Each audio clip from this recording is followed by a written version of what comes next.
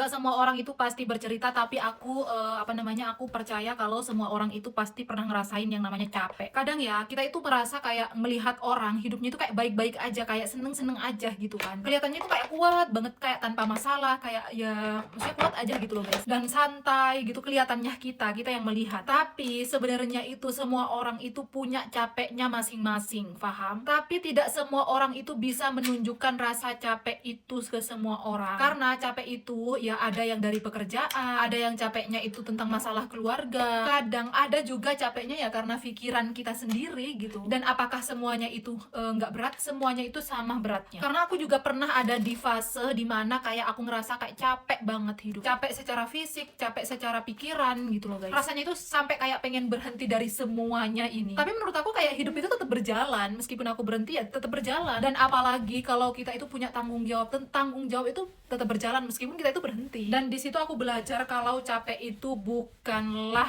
kayak yang bukan tanda kita lemah gitu guys, tapi menurutku justru karena ya kayak tanda kita itu berusaha. Yang terpenting apa? Yang terpenting kita itu enggak menyerah di tengah jalan. Inget itu, istirahat boleh, diam sebentar ya boleh, karena bisa maksudnya kayak buat menenangkan diri yang lelah ini, tapi ya asalkan enggak berhenti aja selamanya. Karena menurutku ya pelan-pelan semua kan ya kayak menemukan jalan pada waktunya, tapi enggak harus cepet-cepetan guys, karena hidup itu ya gimana ya, yang terpenting kita itu tetap bergerak aja. Karena setiap langkah-langkah kecil itu bisa membuat kita itu lebih maju sedikit demi sedikit. Ingat ya, capek itu wajar karena semua orang itu punya rasa capek, lelah.